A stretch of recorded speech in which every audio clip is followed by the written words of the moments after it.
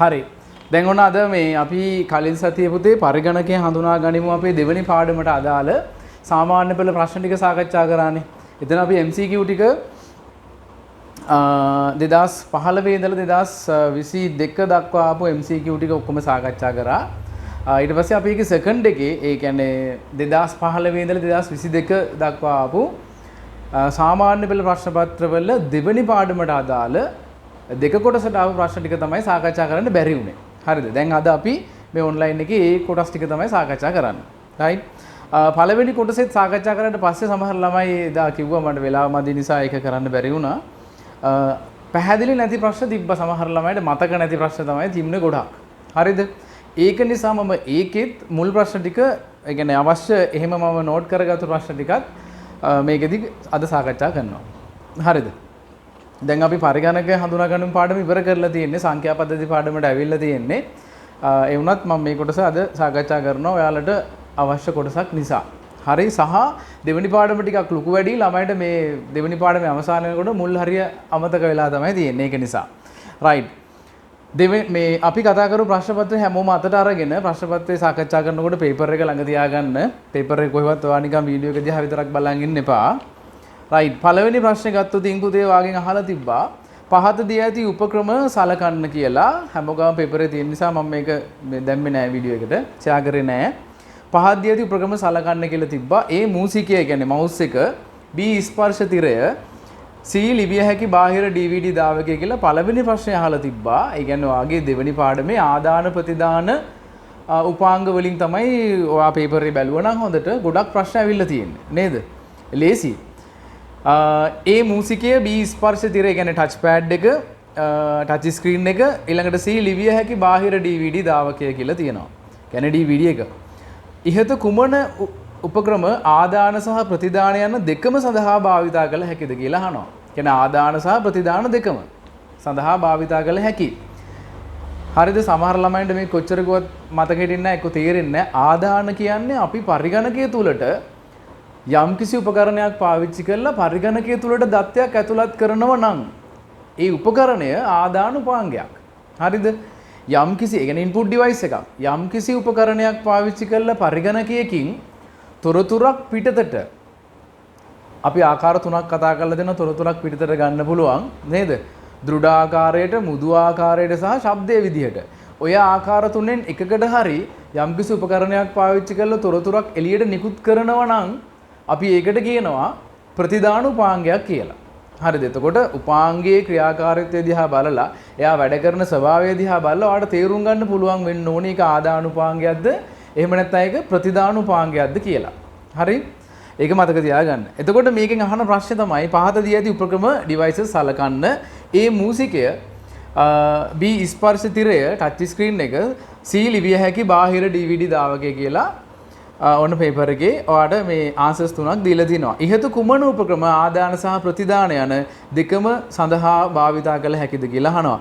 අපිට මූසිකය සාමාන්‍ය අපි ගන්න පුතේ දැක්වීමේ උපක්‍රමයක් එහෙම නැත්නම් පොයින්ටින් ඩිවයිස් එකක් විදියටනේ. එතකොට අපි යාව අපි ගන්නේ ආදාන උපක්‍රමයක් විදිහට. අපිට අච්චුපතේ ගත්තොත් ආදාන උපක්‍රමයේ යටතේ තමයි අපි මූසිකය පොයින්ටින් ඩිවයිස් එකක් විදිහට අපිට අඳුන්වලා දීලා තියෙන්නේ. ඊළඟට ටච් ස්ක්‍රීන් එක ගත්තොතින් අපි ඔයා හෑන්ඩ් ෆෝන් එකක් පාවිච්චි කරලා තියෙනවා නම් හෝ ගොඩක් ළමයි පාවිච්චි කරන්නේ නැහැ මම දන්නවා හොඳ ළමයි ඉන්නේ. දැකලා හරි තියෙනවා නම් අපි ඔයා මැසේජ් එකක් ටයිප් කරන අවස්ථාවක් මතක් කරලා බලන්න. එතකොට ඒකට අවශ්‍ය කරන අක්ෂර ටික අපි ඇතුළත් කරන්නේ ආදානය දෙන්නේ ටච් ස්ක්‍රීන් එක පාවිච්චි කරලා. ඒ වගේම ඇතුළත් කරපු අක්ෂර මොනවද කියලා ඔයාලට පෙන්වන්නෙත් ටච් ස්ක්‍රීන් එකෙන්ම තමයි. එතකොට ස්පර්ශ තිරය නැත්නම් ස්පර්ශ සංවේදී තිරය ගත්තොතින් ඒක ආදාන සහ ප්‍රතිදාන සඳහා දෙකටම පාවිච්චි කරන්න පුළුවන් උපකරණයක්, ඩිවයිස් එකක්. ඊළඟට ලිවිය හැකි බාහිර DVD. ඒ කියන්නේ අපි පාවිච්චි කරන DVD තැටියක් ගත්තොතින් අපිට පරිගණකයේ තියෙන දෙයක් ඒකට අරගන්නත් පුළුවන්. ඒ කියන්නේ පරිගණකයෙන් ප්‍රතිදානයක් DVD එකට ගන්නත් පුළුවන්. DVD එකේ තියෙන දෙයක් පරිගණකය ඇතුළට ගන්නත් පුළුවන්. ඒ කියන්නේ එයා ආදාන දෙන්නත් පුළුවන්. ආදානයක් ලබා ගැනීම සඳහා භාවිතා කරන්නත් පුළුවන්. ප්‍රතිදාන සඳහා භාවිතා කරන්නත් පුළුවන්. එතකොට අපි මේකේ ආන්සරක විදියට ගන්නවා පුතේ B සහ C පමණයි කියන ආන්සරක. ඒ අතහැරලා. හරිද? ලේසි ප්‍රශ්න. ඊළඟට සෙකන්ඩ් එක දෙවෙනි ප්‍රශ්නෙට ගියොත් අපි පහත දැක්වෙන ප්‍රකාශ සලකන්න. මේක ගොඩක් ළමයි වරද්දලා තිබ්බා. හරිද? ප්‍රකාශ තන්තු රැහැන් වල දත්ත හුවමාරු වේගය තඹ රැහැන් වල දත්ත හුවමාරු වේගයට වඩා වැඩි වේ. ප්‍රකාශ තන්තු රැහැන් වල දත්ත හුවමාරු වේගය තඹ රැහැන් වල දත්ත හුවමාරු වේගයට වඩා වැඩි වේ කියලා තමයි ඔයාගෙන් මේ පළවෙනි ආන්සර් එක දීලා තියෙන්නේ. ප්‍රකාශ තන්තු එහෙම නැත්නම් ෆයිබර් ඔප්ටික් වල දත්ත හුවමාරු වේගය තඹ රැහැන් වල වේගයට වඩා වැඩි වේ. ඒක ඔව්. ඔයාට සත්‍ය ප්‍රකාශ සලකන්න කියලානේ තියෙන්නේ. මෙතනින් සත්‍ය ප්‍රකාශ මොනවද කියලා තමයි ඔයාගෙන් අහන්නේ. එතකොට ඒ කියන ප්‍රකාශය නිවැරදි. ඒක මතක නැත්නම් මම ආයෙ පැහැදිලි කරන්නම්. අපි තොරතුරු සංවේදනය සඳහා භාවිතා කරන නියම මාධ්‍යයන් වලදී ඔයාලට කියලා දුන්න පුතේ රැහන් වර්ග තුනක්. පළවෙනි එක අපි පාවිච්චි කරනවා ඇඹරි කම්බි යුගල නේද? ඒ කියන්නේ twisted pair cable. මේක සමහර අයට ආයෙ මතක නැති නිසා අපි කිව්වා twisted pair cable. ඇඹරි කම්බි යුගල මම වයර් එක ගෑල්ලා පෙන්නුවා මොන වගේද ඒක තියෙන්නේ කියලා. twisted pair cable එකේ ඔයාලට මතකයි නම් කම්බි 8ක් තියෙනවා මැද පාට වෙන වෙනම වෙනස් පාට ඒ කියන්නේ එකම පාට ඒකේ සුදු ගාලා එහෙම පාට 8ක් තිබ්බා නේද? orange white orange green white blue blue white green brown white brown ඔය විදිහට තිබ්බා පාට 8ක් තියෙනවා අපිට නේ සුදු සුදු තැඹිලි එකක් තැඹිලි එකක් තැඹිලි සුදු එකක් ඊළඟට නිල් එකක් නිල් සුදු එකක් කොළ එකක් කොළ සුදු එකක් දුඹුරු එකක් දුඹුරු සුදු එකක් ඔය විදිහට කම්බි 8ක් තියෙන වයර් එකක් තමයි මේ twisted pair cable එක කියන්නේ. ඒකෙත් වර්ග දෙකක් තිබ්බ මතකද? unshielded twisted pair සහ shielded twisted pair කියලා. වයර් එක ගෑල්ලා ඔයගොල්ලන්ට දුන්නා මම බලන්න නේ. මතක නෑ දැන්. හරිද? UTP සහ STP කියලා වර්ග දෙකකුත් තිබුණා. හරි මේ හැම කේබල් එකක්ම අපි කියන මේ මං කිව්වා හදලා තියෙන්නේ තඹ රැහන් වලින්. සමහරලාට තඹ ආලේපිත ඒවාත් තියෙනවා. හරි. ගොඩක් වෙලාවට තඹ රැහන් සහ තඹ ආලේපිත කියන වර්ග දෙකෙන්ම මේ කේබල් වර්ග දෙක හදනවා. හරිද? ඒත් එක්කම මම කිව්වා මේන් කේබල් දෙකක් අපි පරිගණක ජාලයක තියෙන උපකරණ අතර සම්බන්ධ කරොත් අපිට යන්න පුළුවන් වෙන්නේ උපරිම දත්ත සම්ප්‍රේෂණය කරන්න පුළුවන් වෙන්නේ පුතේ 100 මීටර්ස් විතරයි. මීටර 100ක් දුරට පමණයි අපිට මේන් කේබල් එකක් පාවිච්චි කරොත් දත්ත සම්ප්‍රේෂණය කරන්න වෙන්නේ. හරි ඊට පස්සේ මම කිව්වා එච්චර ලොකු ඒ කියන්නේ අපිට එතනින් එහාට දුරට තව දත සම්ප්‍රේෂණය කරන්න ඕන නම් මම උදාහරණයක් කිව්වා පිටරටවල ඉඳලා ලංකාවට අපිට දත සම්ප්‍රේෂණය වෙන්න පාවිච්චි කරන්නේ ෆයිබර් ඔප්ටික් කේබල්ස් නේද? මුහුද යටින් අරන් තියනවා. පහුගිය යුද්ධ දවස්වලත් පොඩි කතාවක් තිබ්බනේ නේද? මේ ෆයිබර් ඔප්ටික් කේබල් වලට හානි කරන්න පුළුවන්. එතකොට අපිට ඉන්ටර්නෙට් නැති වෙනවා කියලා. ඔව් එතකොට අපිට වෙනත් රටවල් එක්ක සර්වර් එක තියෙන සම්බන්ධතාව නැති වෙනවා අනිවාර්යයෙන්ම. එහෙම වුණා නම් වෙලාවට උන්නේ නැහැ. හරිද? එතකොට මේ ආන්සර්කේ තියෙන දැන් මම ආයෙ මතක් කරනවා ප්‍රකාශ තන්තු රැහන් වල දත්ත හුවමාරු වේගය තඹ රැහන් වල දත්ත හුවමාරු වේගයට වඩා වැඩි වේ. සාමාන්‍යයෙන් මේ UTP STP කේබල් වල ලොකු දේට ප්‍රමාණයක් අරගෙන යන්න බෑ. සාමාන්‍යයෙන් මේකේ තියෙන්නේ පුතේ අපි කියනවා 100 megabit per second තප්පරයකට megabit 100ක් විතර තමයි සම්ප්‍රේෂණය කරන්න පුළුවන් වෙන්නේ. ඒකෙත් තව වර්ග තියෙනවා. ඒක එක වර්ගයක් තියෙනවා 100 ඒ කියන්නේ උපරිම යන්න පුළුවන් මීටර 100ක් දුරට. මීටර 100 තමයි කොහොමද දුර?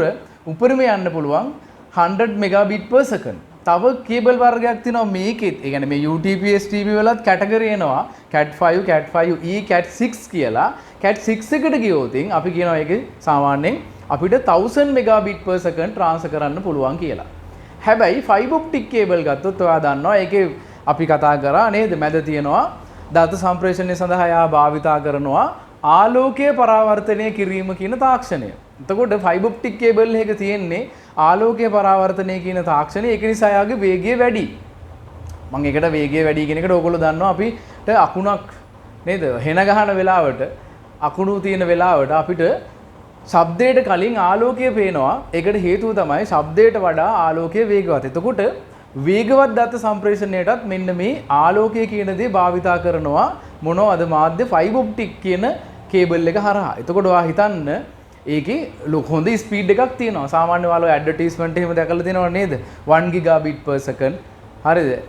2.5 gigabit per second, 2.4 gigabit per second. එච්චරම නැති වුණත් සාමාන්‍යයෙන් කේබල් එකට එච්චර ලොකු ධාරිතාවයක් වුණත් අරගෙන යන්න පුළුවන් හැකියාව තියෙනවා. හරිද? ඒක ට්‍රාන්ස්ෆර් කරන උපකරණ අතර සහ එහෙම දේවල් නිසා එච්චර ලැබෙන්නේ නැති වෙන්න පුළුවන්. නමුත් අපිට සාමාන්‍යයෙන් අපි කියනවා ෆයිබර් ඔප්ටික් කේබල් එකක සැලකිය යුතු data transfer ස්පීඩ් එකක් තියෙනවා. එතකොට යාට දත්ත සම්ප්‍රේෂණය ඉතා වේගවත් සිදු කිරීමේ හැකියාව තියෙනවා. තඹර හැන් වලට වඩා. හරිනේ. එතකොට පළවෙනි ප්‍රකාශය නිවැරදි. B තඹර හැන් වල දත්ත හුවමාරු වේගය ප්‍රකාශ තන්තු රැහැන් වල දත්ත හුවමාරු වේගයට වඩා වැඩි වේගය. අරගේ අනිත් පැත්තනේ කියලා තියෙන පුතේ. දැන් කලින් කිව්වේ ප්‍රකාශ තන්තු වල රැහැන් වල වේගය වැඩි කියලා. ඒක හරිනම් ඉතින් මේක හරියන්නේ දෙයක් නැහැනේ නේද? තඹර හැන් වල දත්ත හුවමාරු වේගය ප්‍රකාශ තන්තු රැහැන් වල දත්ත හුවමාරු වේගයට වඩා වැඩි වේ. මේ ප්‍රකාශය වැරදි. ඊළඟ එක තඹර හැන් වල මිල ප්‍රකාශ තන්තු රැහැන් වල මිලට වඩා වැඩි වේ. එහෙම නැහැ. සාමාන්‍යයෙන් අපිට මේ UTP STP ගත්තොත් මීටරයක් සාමාන්‍ය එක එක ගණන් වල තියෙනවා. මේ කියන්නේ සාමාන්‍ය ඔය cat 5 cat 5 e cat 6 කියලා මම වර්ග කිව්වනේ. හරිද? ඒවයි තියෙන්නේ අර දත්ත ගෙනියන්න පුළුවන් ප්‍රමාණය සහ වේගය වැඩි. cat 6 වෙනකොට වේගය වැඩි. ඒක සරලවම තේරුම් ගන්න එහෙම. 5 එකේ දත්ත සම්ප්‍රේෂණ වේගය අඩුයි. 5 එකේ ඊට වඩා පොඩ්ඩක් වැඩි. cat 6 එකේ 1000 mbps up to කියලා තියෙන්නේ. ඒ කියන්නේ ඊටත් වඩා යන්න පුළුවන් කියලා තමයි කියන්නේ. හරිද? ඉතින් ඒකෙත් සාමාන්‍ය මිල ගත්තොත් අපි සාමාන්‍යයෙන් අපි තුමු cat 5 ගත්තොත් මීටරයක් රුපියල් 50 වගේ සීමාව ඉඳලා තියෙනවා ඊට උඩට. ඒක වෙනස් වෙනවා අර කේබල් එකේ ක්වොලිටි එකත් එක්ක. හැබැයි අපිට ෆයිබර් ඔප්ටික් කේබල් වල මීටරයක් ඒව ගන්න බෑ. හරිද? සාමාන්‍ය කඩවල වලින් ෆයිබර් ඔප්ටික් කේබල් ගන්නත් නෑ. හරි? ඒකේ මීටරයක් සාමාන්‍යයෙන් මිලෙන් අධිකයි. හරි? ඒක නිසා ඒ ප්‍රකාශය නම් වැරදි. තඹර හැන් වල මිල ප්‍රකාශ සංසුර හැන් වල මිලට වඩා වැඩි වේ කියන ප්‍රකාශය වැරදි පුතේ. එතකොට මෙතන දෙවෙනි එකේ හරියාංශික ඒ පමණි. හරිද? ඊළඟට තුන්වෙනි ප්‍රශ්නේ පාසඳහන් කුමන සංනිවේදන මාධ්‍ය ආලෝකයේ පරාවර්තනය කිරීම මගින් දත්ත සම්ප්‍රේෂණය සිදු කරයිද කියලා අහනවා. හරි? මම දැන් කියපු එකේම අදාළ ප්‍රශ්නයක් තමයි අහලා තියෙන්නේ. පාසඳහන් කුමන සංනිවේදන මාධ්‍ය ආලෝකයේ පරාවර්තනය කිරීම මගින් දත්ත සම්ප්‍රේෂණය සිදු කරයිද කියලා අහනවා. අපි කතා කරානේ පළවෙනි එක UTP. මෙයා ආලෝකයේ පරාවර්තනය කරන්නේ නැහැනේ තඹ කම්බි තියෙනවා කියලා අපි කිව්වා. එහෙනම් ඒක වැරදි. ඊළඟට දෙක ප්‍රකාශ තන්තු ෆයිබර් ඔප්ටික්. ඔව් ෆයිබර් ඔප්ටික් තමයි ආලෝකයේ පරාවර්තනය කරමින් දත්ත සම්ප්‍රේෂණය කරන කේබල් එකක් විදියට තියෙන්නේ. ඊළඟට තියෙන සමක්ෂක කේබලේ අපි මං ඉස්සෙල්ලා කියන්න අවිල්ල අමතක වුණා. කොඇක්සියල් කේබල් එක. ඒකත් අපි දත්ත සම්ප්‍රේෂණය සඳහා භාවිතා කරනවා. සාමාන්‍ය වා ගෙදර දැකලා දෙනවනේ CCTV පද්ධති වලට. ඒ අරුණාම ගෙදර ඇන්ටනාව ඉඳලා ඒකේ බූස්ටරේ දක්වා සහ බූස්ටරේ ඉඳලා TV එකට තියෙනවා. හරි ඩයලොග් එකක් වගේ නම් ගෙදර තියෙන්නේ. සැටලයිට් එකේ ඩිෂ් එකේ ඉඳලා රිසිවරේ දක්වා එන්නේ මේන් කේබල් එකකින්. එතන ඉඳලා තමයි ඔය HDMI වර්ගයේ කේබල් එකකින් TV එකට දත්ත සම්ප්‍රේෂණය කරන්නේ. හරි එතකොට ඒක ගන්නත් බෑ. ඊළඟට වැසුණු ඇඹරූ කම්බි වල කියන්නේ මේ shielded twisted pair එක. එයත් ගන්න බෑ. ඒකේ තඹක රැහැන් තමයි තියෙන්නේ. කාගේද ෆයිබර් ඔප්ටික් වල විතරයි ආලෝකය පරාවර්තනය කරනවා කියන තාක්ෂණය නිර්මාණය කරලා තියෙන්නේ දත්ත සම්ප්‍රේෂණය සඳහා. ඒක වඩා වේගවත් ලොකු බෑන්ඩ්විඩ්ත් එකකින් අපිට දත්ත සම්ප්‍රේෂණය කරන්න හැකියාව තියෙනවා. එතකොට තුනේ ආංශික ගන්න 2. හරිද?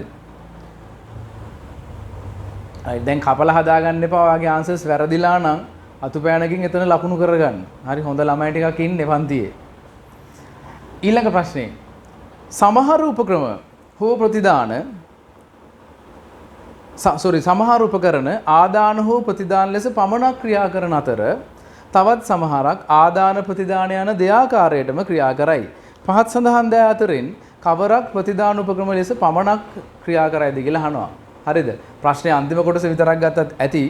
පහත් සඳහන් දෑ අතරින් ප්‍රතිදාන උපක්‍රම ලෙස පමණක් ක්‍රියාත්මක වෙන්නේ මොනවද කියලා අහන්නේ. පළවෙනි ආංශකයේ තියෙනවා ස්පර්ශක තිරය ටච් ස්ක්‍රීන් එක. අපි කලින් කියවනේ එයා ආදාන ප්‍රතිදාන දෙකම දෙනවා කියලා. එතකොට ගන්න බෑ මොකද අපේ ප්‍රශ්නේ තමයි ප්‍රතිදාන උපක්‍රම පමණක්. හරි. එතකොට ස්පර්ශ තිරය තියෙන නිසා ගන්න බෑ. සුපරික්ෂකයේ තියෙනවා දෙවෙනි ආංශක විදිහට ඒක නම් ඉන්පුට් ඩිවයිස් එකක් විතරයි. ස්කෑනරේ ඉන්පුට් ඩිවයිස් එකක් විතරයි. නමුත් ගන්න බෑ පළවෙනි ආංශක ඒකේ කොටස් දෙකකින් පළවෙනි එක වැරදි නිසා. ඊළඟට මුද්‍රණ යන්ත්‍රය සහ වෙබ් කැමරාව. මුද්‍රණ යන්ත්‍රය කියන්නේ ප්‍රතිදානයක් වුණාට වෙබ් කැමරාව කියන්නේ ආදානුපාංගයක්. දෙවෙනි එක ගන්නත් බෑ. තුන්වෙනි එක මුද්‍රණ යන්ත්‍රය සහ ස්පීකරය. මුද්‍රණ යන්ත්‍රය කියන්නේ ප්‍රතිදානුපාංගයක්. වෙන ආදානු කොහෙත්ම ගන්න බෑ.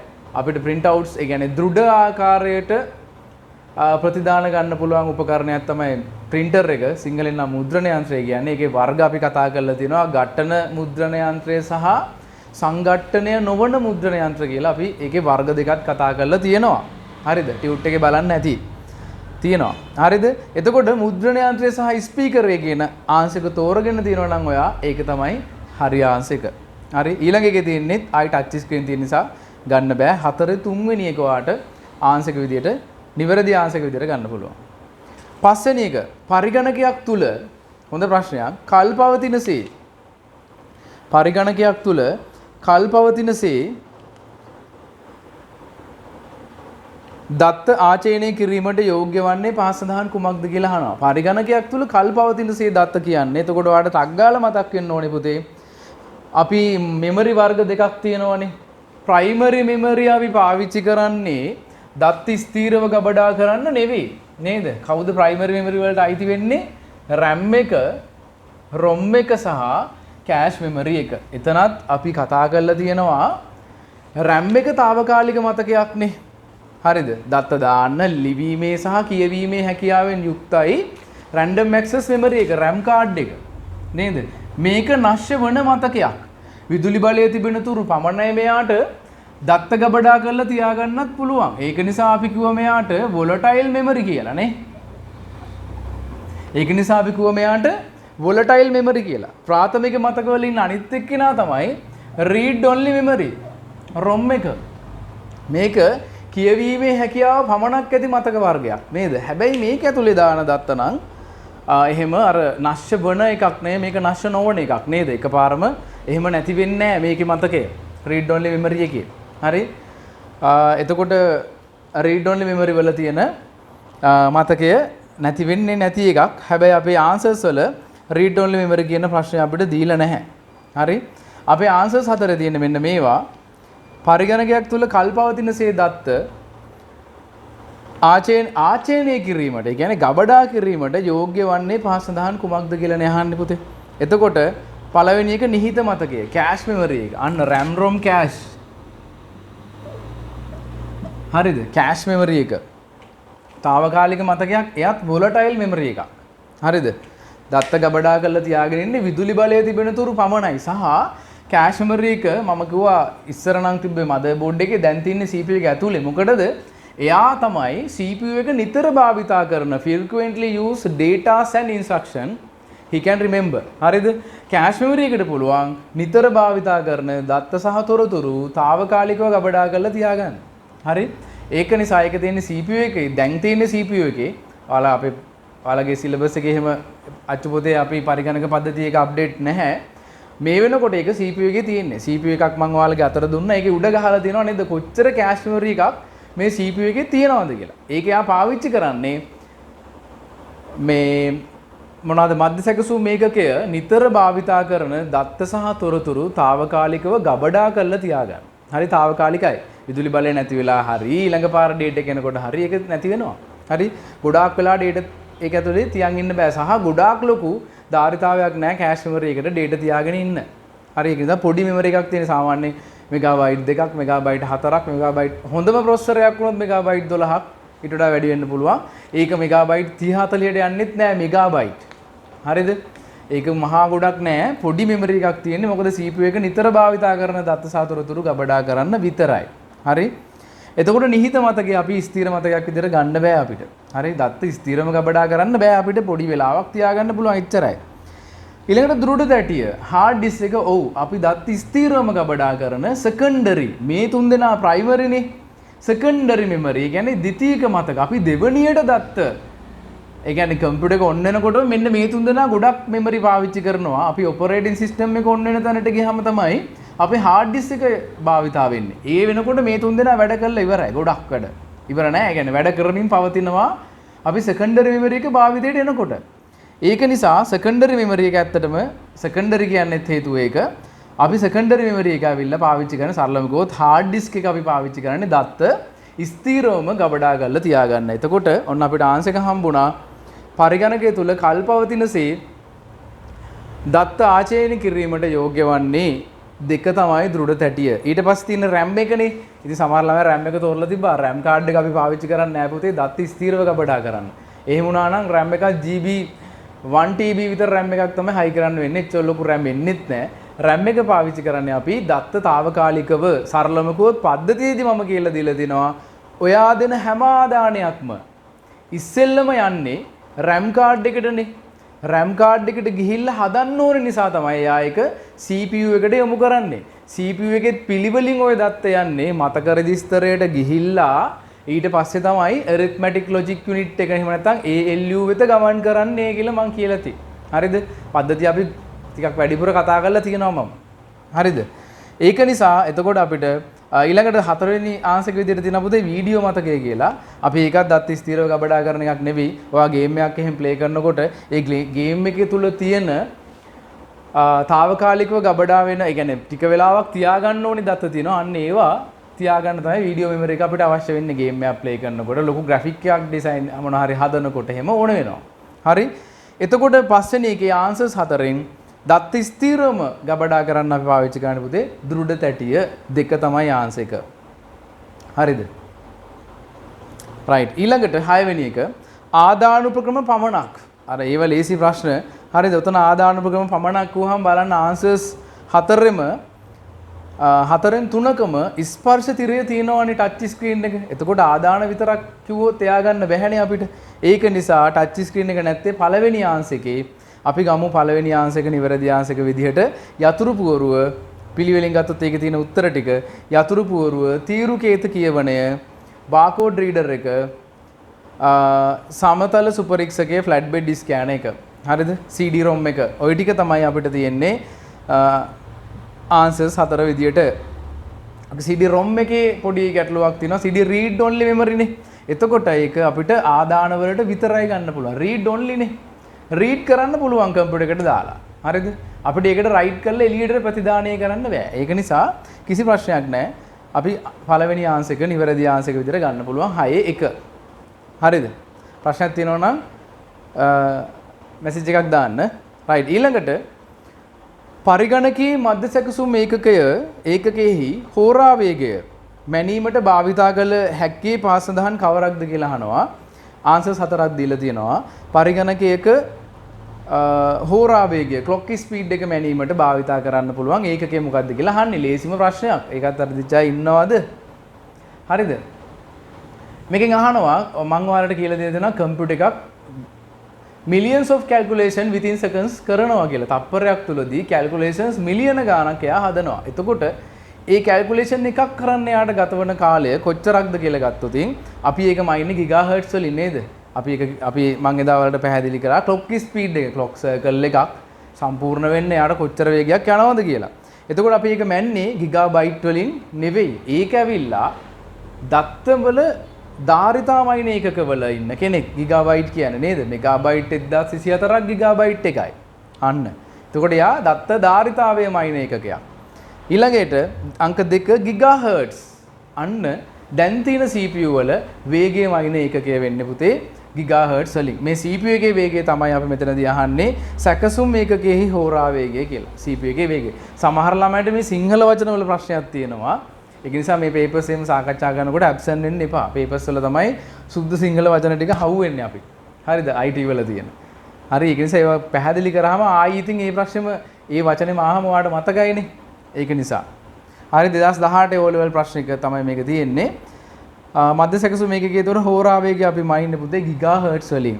තුන්වෙනි ආන්සර් කිව්වොත් තප්පරයට මෙගාබිටු Mbps පාවිච්චි කරනවා අපි ඉන්ටර්නෙට් කනෙක්ෂන් එකක එහෙම අපිට තප්පරයකට කොච්චර මෙගාබිට් per second ඩවුන්ලෝඩ් අප්ලෝඩ් කරන්න පුළුවන්ද කියලා අපි බලන්නේ ධාරිතාවය. ඒ කියන්නේ ඒ තොරතුරු sannivedanayේදී කොච්චර තප්පරයක් තුලදී කොච්චර මෙගාබිට් ප්‍රමාණයක් අපිට ඩවුන්ලෝඩ් කරන්න පුළුවන්ද නැත්නම් අපෙන් අප්ලෝඩ් එකක් දෙන්න පුළුවන්ද අන්න ඒක පරීක්ෂා කරලා බලන එකකේ තමයි Mbps කියන්නේ මෙගාබිට් per second. ඊළඟ හතරවෙනි එකේ තියෙනවා මිනිත්තුවට පරිභ්‍රමණ rotate per minute. හරි නැත්නම් round per minute කියලාත් කියනවා. round per minute හරි rotate per minute හරි ගත්තොත් මිනිත්තුවට පරිභ්‍රමණ ඕක තියෙනවා මම ඔයාලට අපි hard disk එකක් ගලවලා බැලුවා. ඒ hard disk එකේ මැද තියෙන platter එක නැත්නම් අර යකඩ තැටිය කැරකෙන වාර ගණනම අයනවා අපි rotate per minute නැත්නම් round per minute කියන ඒකකය පාවිච්චි කළා. එතකොට පුතේ මේ ඒකක හතරින් gigabyte, gigahertz, mbps, megabit per second, RPM round per minute ඔය හතරෙන් අපි පරිගණකයේ වේගයම ඉන්නේ gigahertz වලින්. හරිද? gigahertz වලින්. ඉස්සර පරණ කම්පියුටර්ස් වල මම මුලින්ම පාවිච්චි කරපු කම්පියුටර් එකේ එහෙම මම ඔයාලට කියලා තියෙනවා අපි ධාරිතාවයෙන් යන්නේ එතකොට තිබ්බේ මෙගාහර්ට්ස් 1000 සම්පූර්ණ වුණාට පස්සේ ගිගාහර්ට්ස් එක ආවා. හරිද? ඒ නිසා වර්තමානයේ ඔක්කොම තියෙන්නේ ගිගාහර්ට්ස් වලින්. රයිට්?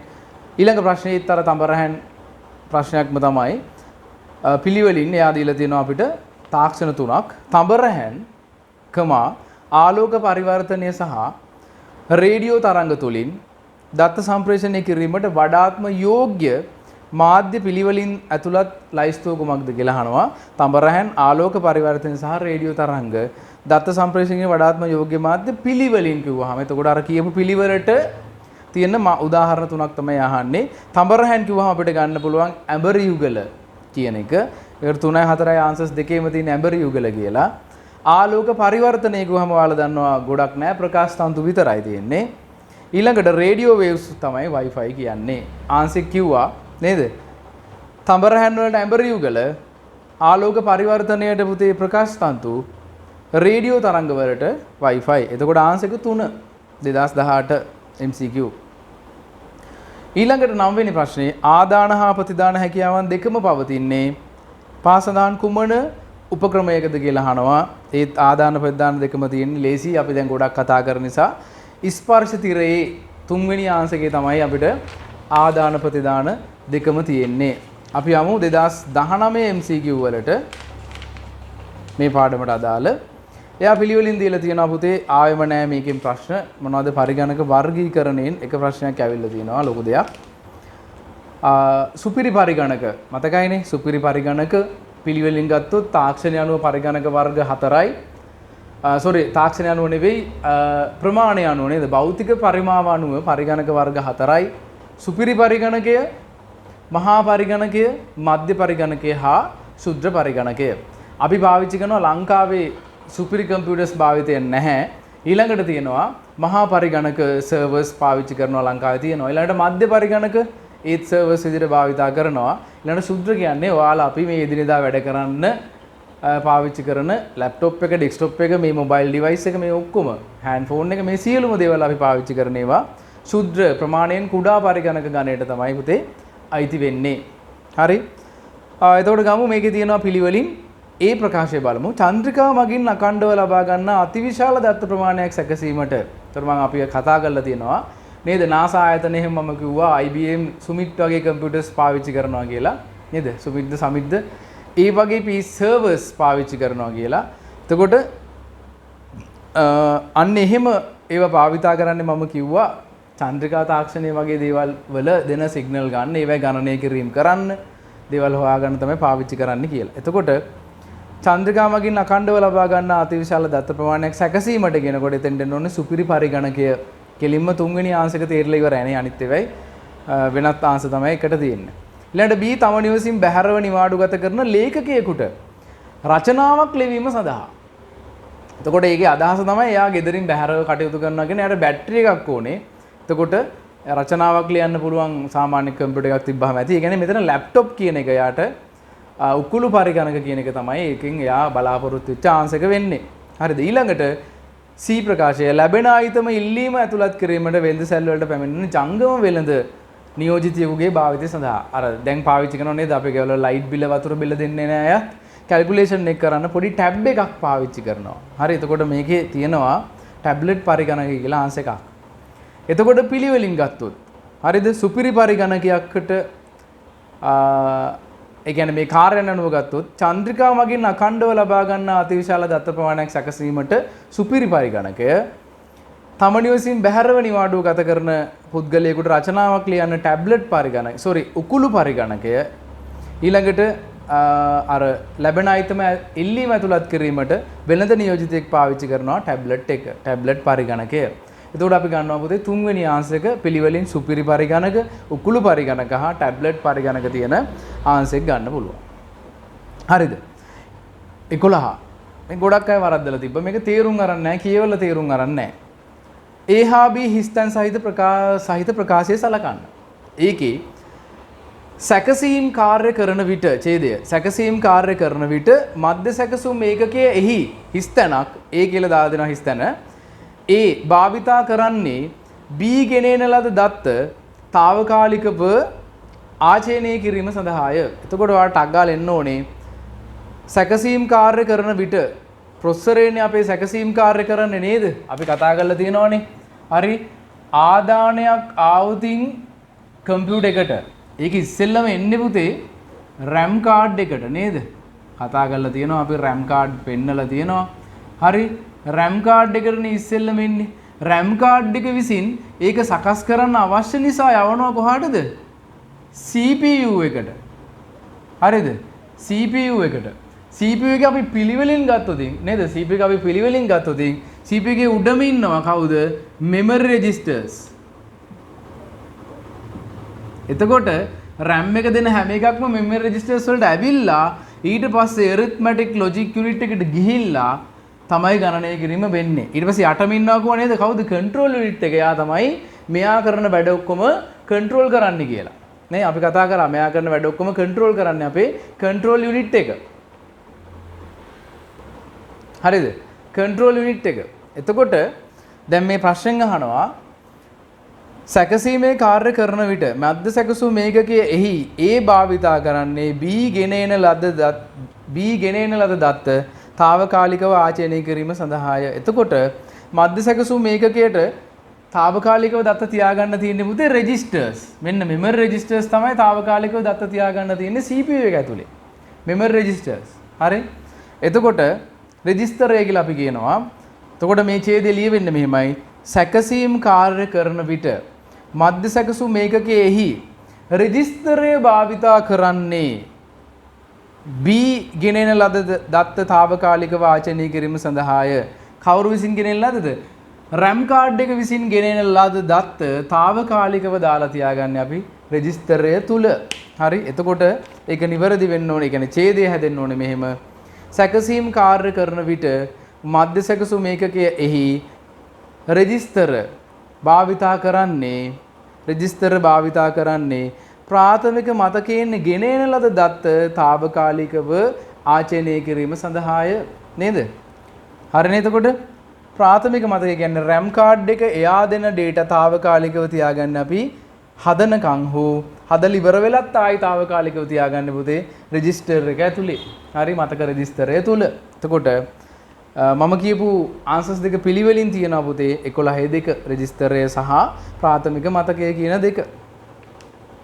12 වෙනි ප්‍රශ්නේ සම්ප්‍රේෂණ මාධ්‍ය සම්බන්ධයෙන් පහත කවරක් නිවැරදි වන්නේද කියලා අහනවා. හරි මම ඉස්සෙල්ලා කියපු ටිකක් තමයි තියෙන්නේ. A කියන ප්‍රකාශය බලමු. 200 මීටර ඉක්මවන දිගු දුරකට දත්ත සම්ප්‍රේෂණය සඳහා UTP කේබල් සුදුසු වේ කියලා තමයි තියෙන්නේ. පුළුවන් දෙච්චර. එච්චර පුළුවන්ද ළමයි?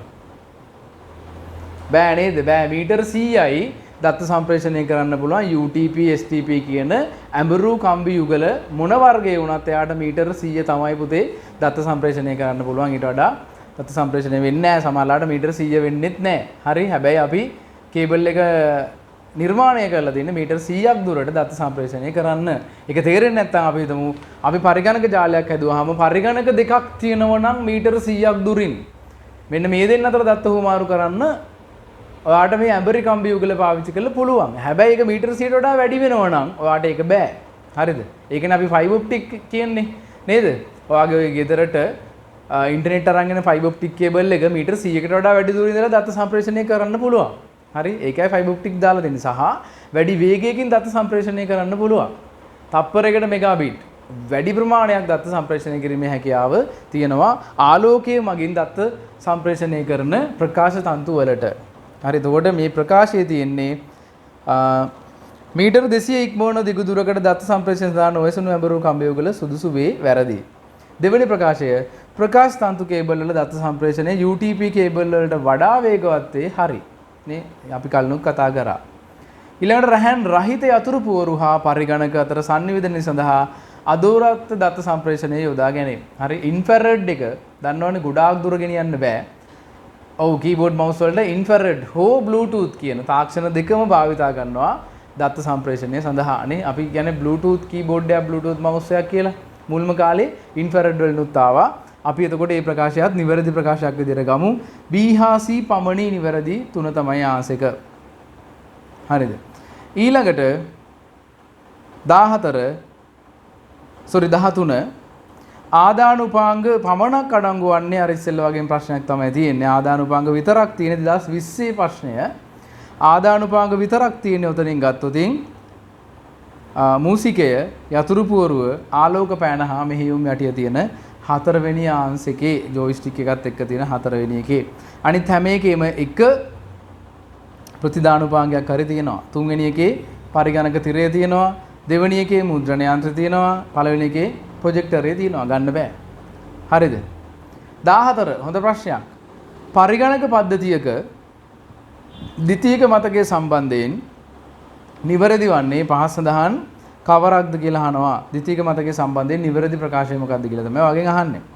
A පරිගණකයේ ක්‍රියා විරහිත කළද ස්විච් ඔෆ් කියලා වරහන් ඇතුලේ දාලා දෙනවා. දත්ත මැකී නොයයි. ඔව්නේ නේද? ද්විතීයික මතකයේ දත්ත මැකෙන් නෑනේ පුතේ පරිගණකයේ ක්‍රියා විරහිත කරත්. ඒකනේ මම ඔයාලට කියලා තියෙනවානේ අපි කම්පියුටර් එක ඔෆ් කළා මාස ගාණක් පාවිච්චි නොකර තිබිලා ආයි දැම්මොත් හાર્ඩ් ඩිස්ක් එක වැඩ කරනවා නම් ද්විතීයික මතක කියන්නේ හાર્ඩ් ඩිස්ක් එක කියන්නේ.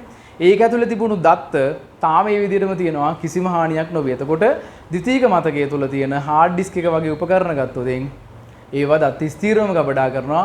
ගබඩා කරන වෙලාවට විදුලි බලය ඕනේ. නමුත් එයාට මතකයේ තියන් ඉන්න මේ ආචයනය කරපු දත්ත තියාගෙන ඉන්න එයාට විදුලි බලය අවශ්‍ය වෙන්නේ නැහැ. අපි ඒවට කියනවා non volatile memory නශ්‍ය නොවන මතක කියලා.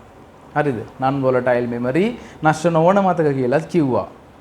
ඊළඟට ඔන්න නෙට්වර්ක් වලින් ප්‍රශ්න බොහොම පොඩ්ඩයි තියෙන්නේ ඇවිල්ලා තියෙන MCQ වල. මොකද සෙකන්ඩ් එකේ ටිකක් තියෙනවා ප්‍රශ්න. ඒක නිසා. හරිද? මේක හරි නේද? මොන හරි තියෙනවා නම් තේරුම් නැත්නම් නැවත පැහැදිලි කරන්න පුළුවන්. මේ සෙකන්ඩ් එක කතා කරන්න ඇවිල්ලා තමයි ෆස්ට් එක කතා කරන්නේ. 15 පහ සඳහන් කවර ජාලි ස්ථලයක් මගින් සෑම පරිගණකයක්ම තවත් පරිගණක දෙකක් හා හරියටම සම්බන්ධ කරනු ලබන්නේද කියලා අහනවා. ඔයාට මතකයිනේ මම මෙහෙම පොඩියට අඳින්නම්. හරි. ජාලි ස්ථල විද්‍යාවන් පරිගණක ජාලයක් කියන්නේ පරිගණක දෙකක් හෝ ඊට වඩා වැඩි ප්‍රමාණයක් අතර දත්ත හුමාරු කිරීම සඳහා භාවිතා කරන අන්තර් සම්බන්ධතාවයක් නේද?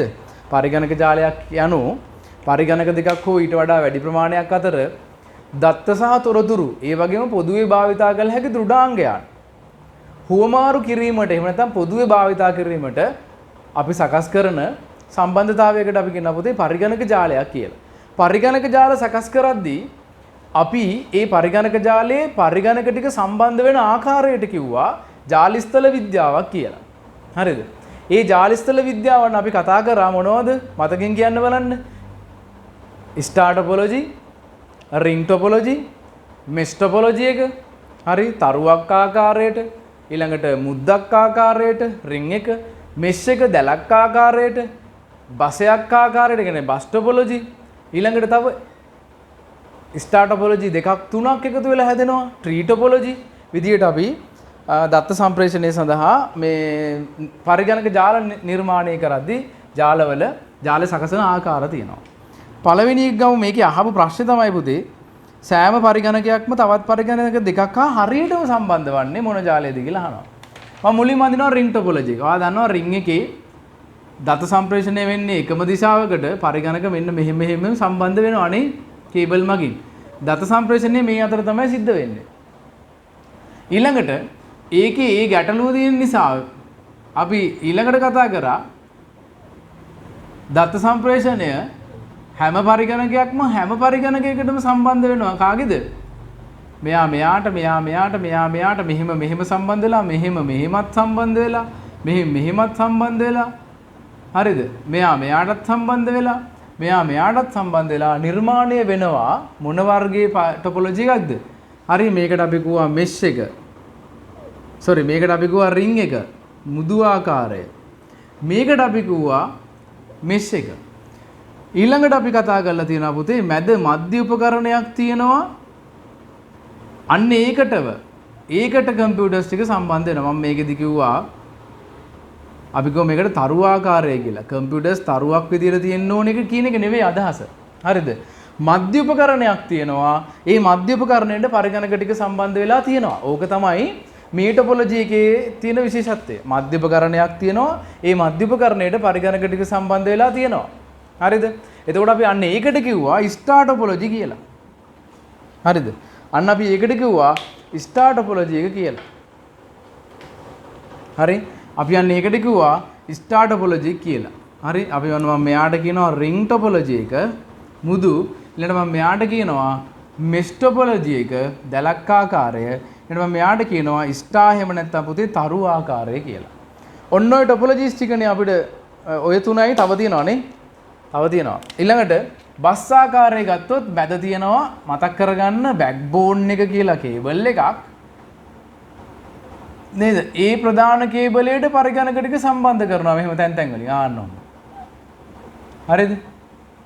අපි මේ ඩිස්ඇඩ්වාන්ටේජස් ඇඩ්වාන්ටේජස් ඔක්කොම කතා කරලා තියෙන්නේ. ඊළඟට මේ ස්ටාර් ටොපොලොජි එකේ තියෙන ස්විච් එකකට තව ස්විච් එකක් කනෙක්ට් කළා එතනත් පරිගණක කිහිපයක් පුතේ එකිනෙකට සම්බන්ධයි නම් අපි දුක කාගිල්ස් එකේ කැෂියල තුන් දෙනා එකිනෙකට ඉන්නවා කියලා. අන්න මේ පරිගණක ජාල ආකෘතියට තමයි කිව්වේ මොකක් කියලාද? ට්‍රී ටොපොලොජි එකක් කියලා ගහක් වගේ. හරිද? ගහක අතු කඳට සම්බන්ධයනේ. ඒ කියන්නේ කොච්චර අතු බෙදුනත් ඒ හැම අත්තක්ම පුතේ බෙදෙන්නේ ගහේ ප්‍රධාන කඳත් එක්ක නේද? ඒක නිසා අපි මේ වගේ එකකට කිව්වා ට්‍රී ටොපොලොජි එකක් කියලා. හරි? මේ නෙට්වර්ක් එක ස්විච් හරහා එකිනෙකට සම්බන්ධ වෙලා තියෙනවා. ඒතකොට මේ මැද අදින කේබල් එකට ඔයාලගේ පොතේ තියෙනවා. ඒක බෑක්බෝන් එකක් වගේ මේ අර බස් ටොපොලොජි එකේ තියෙන මැද තියෙන ප්‍රධාන කේබලය වගේ කේබලයක් අපි භාවිතා කරනවා කියලා. හරි? මොකක් හරි කේබල් එකක් පාවිච්චි කළා නෙට්වර්ක් කේබල් එකක් පාවිච්චි කළා ස්විච් දෙක කනෙක්ට් කරාම එක තැනක තියෙන මේ ජාලයයි අනිත් ජාලයයි එකට සම්බන්ධ කරාම අපි ඒකට කිව්වා ට්‍රී ටොපොලොජි එකක් කියලා සම්බන්ධ කරන ආකාරයට. හරිද? දැන් මේ ටොපොලොජි පහෙන් අහන ප්‍රශ්නේ තමයි එක පරිගණකයක් අනිවාර්යයෙන්ම තව පරිගණක දෙකක් එක්ක සම්බන්ධයිලු. දැන් මේ වරදවා හිතන්න එපා මම මේකට තා කම්පියුටර් එකක් වැඩි කරන්නම්. නැත්නම් ඔයගොල්ලෝ ස්ටාර් ටොපොලොජි කියලා හිතේ. හරිද? ස්ටාර් ටොපොලොජි එක ගමු. මෙයා අනිවාර්යයෙන්ම මේ දෙන්න එක විතරක් නෙවෙයිනේ. මෙතන ඉන්න හැම කෙනත් එක්ක මෙයාට සම්බන්ධ වීමේ හැකියාව තියෙනවා. නැත්නම් නෙට්වර්ක් එක හදලා වැඩකුත් නැහැ. ඕනම පරිගණකයක් එක්ක එයාට සම්බන්ධ වීමේ හැකියාව තියෙනවා. ඒක නිසා ඒ ආන්සර් එක ගන්න බෑ. ස්ටාර් ටොපොලොජි එක නෙවෙයි. ඊළඟට ට්‍රී ටොපොලොජි කොහොමවත් ගන්න බෑ. මෙයාට ඕන නම් මේ අනිවාර්යෙන් දෙකක් නෙවෙයි. මෙතන ඉන්න තුන් දෙනා එක්ක උනත් සම්බන්ධ වෙන්න පුළුවන්. මේ ජාලයේ ඉන්න අනිත් තුන් දෙනා එක්ක සම්බන්ධ වෙන්නත් පුළුවන්. ඒතකොට ට්‍රී ගන්නත් බෑ. බස් ටොපොලොජි එක ගත්තත් මෙයාට මේ ඕන කෙනෙක් එක්ක සම්බන්ධ වෙන්න පුළුවන්. එහෙම තහනමක් නැහැ. හරිද? ඒක නිසා ඒක ගන්නත් බෑ. මෙෂ් ටොපොලොජි එක ගත්තොත් අපි මේ කම්පියුටර් එක කියලා හිතන්න. මෙයාට මෙයත් එක්ක සම්බන්ධ මෙයත් එක්කත් පුළුවන් මෙයත් එක්කත් පුළුවන් අනිත් මෙයා ඇරුණාම ඉන්න අනිත් පරිගණක හතරත් එක්කම සම්බන්ධ වෙන්න පුළුවන් නිසා ඒක ගන්න බෑ. ඒතර ඉතුරුනේ රින් විතරයි. මුදු බලන්න එයාගේ සැකස්මී ක්‍රමේ දත්ත ගමන් කරන්නේ මේ පැත්තට විතරයි හොඳේ. එතකොට මෙයා ගත්තොත් එයාට සම්බන්ධ වෙන පරිගණක තියෙන්නේ මෙයාට සම්බන්ධ වෙනවා මෙන්න මෙයාටත් සම්බන්ධ වෙනවා මෙයාටත් සම්බන්ධ වෙනවා තව මොකුත් සම්බන්ධ වෙනවද? කියන්නේ කෙලින්ම සම්බන්ධන ගත්තොත් අනිවාර්යයෙන්ම රින් ටොපොලොජි එක තමයි තියෙන්නේ. හරිද? එතකොට දත්ත සම්ප්‍රේෂණයේදී පරිගණක දෙකක් අපි අහලා තියෙනවා. තවත් පරිගණක පරිගණකයක් තවත් පරිගණක දෙකක් හරියටම සම්බන්ධ කරනු ලබන්නේ රින් ටොපොලොජි එක. හරිද? හරියටම සම්බන්ධ කරනු ලබන්නේ එතකොට ඔන්න රින් ටොපොලොජි එක තමයි අපිට ගන්න පුළුවන් වෙන්නේ රින් ටොපොලොජි එක. හරිනේ? රයිට් මේ පාඩමයි උගන්නගෙන තමයි ආන්සර්ස් දෙන්න උනේ. කවන්නේ නැහැ. ගින්ද වෙලා ගියා ටිකක්. හරිනේ රින් ටොපොලොජි එක. ඊළඟ එක දත් ස්ථිරව වශයෙන් නාචනීය කිරීම සඳහා පාසනයන් දාතරින් කවරක් භාවිතා කළ නොහැකි වන්නේද? ඉස්සෙල්ලාම දත් ස්ථිරව ගබඩා කරන්න පුළුවන් කාගේද කියලා. දැන් අහනවා 2021 ඒ ප්‍රශ්නයක්. සාමාන්‍ය පෙළ පේපරේ ප්‍රශ්නයක්. ස්ථිරවම දත්ත ගබඩා කළ නොහැකි වන්නේ පළවෙනි ආන්සර් එක හાર્ඩ් ඩිස්ක් එක. ඒක ස්ථිරවම දත්ත ගබඩා කරන එකක්. දෙවෙනි ආන්සර් එක මැග්නට් ටේප්ස් ස්ථිරවම දත්ත ගබඩා කරන්න පාවිච්චි කරපු උපකරණයක්. ඊළඟට RAM එක ඊළඟට පෙන් එක. පෙන් එකත් අපි දත්ත ස්ථිරවම ඒවා ගබඩා කරොත් යම්කිසි කාලයක් එක පවතිනවා. ඉතින් එයා ගන්නත් බෑ. හරිද? එතකොට අපිට දත් ස්ථිරවම ගබඩා කරන්න බැරි එකක් විදිහට මෙතනින් ගන්න තියෙන්නේ සසම්භාවී ප්‍රවේශ මතක එහෙම නැත්නම් පුතේ RAM කාඩ් එක. හරිද? RAM එක අපි ගන්නවා දත් ස්ථිරවම ගබඩා කළ නොහැකි උපකරණයක් විදිහට. හරි? ඒකට අපි ආවගමු. ඊළඟට අහනවා මම මේක මකන්න නැතුව තිබ්බේ එකයි.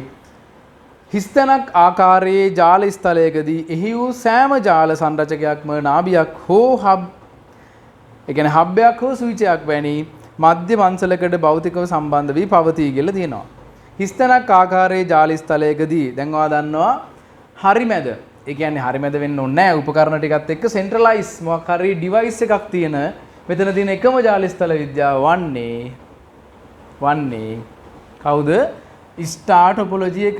හරිද? ස්ටාර් ටොපොලොජි එක. එයා තමයි අපිට ගන්න පුළුවන් වෙන්නේ පුතේ. මධ්‍ය උපකරණ එක හබ් එක වෙන්න පුළුවන්, එක ස්විච් එක වෙන්න පුළුවන්. අපි හබ් එකේ ස්විච් එකේ වෙනස කතා කරලා තියෙනවා. නෙට්වර්ක් එකක හබ් එකක් තියෙනවා කියලා කියන්නේ එක පරිගණකයක් එවපු පණිවිඩයක් අනිත් කෙනා වෙත කෙලින්ම හබ් එකට යවන්න බෑ. මම ආයෙ මතක් කරනවා මෙයා පණිවිඩයක් දුන්නොත් අපිට මෙයා තුන්වෙනි කම්පියුටර් කියලා.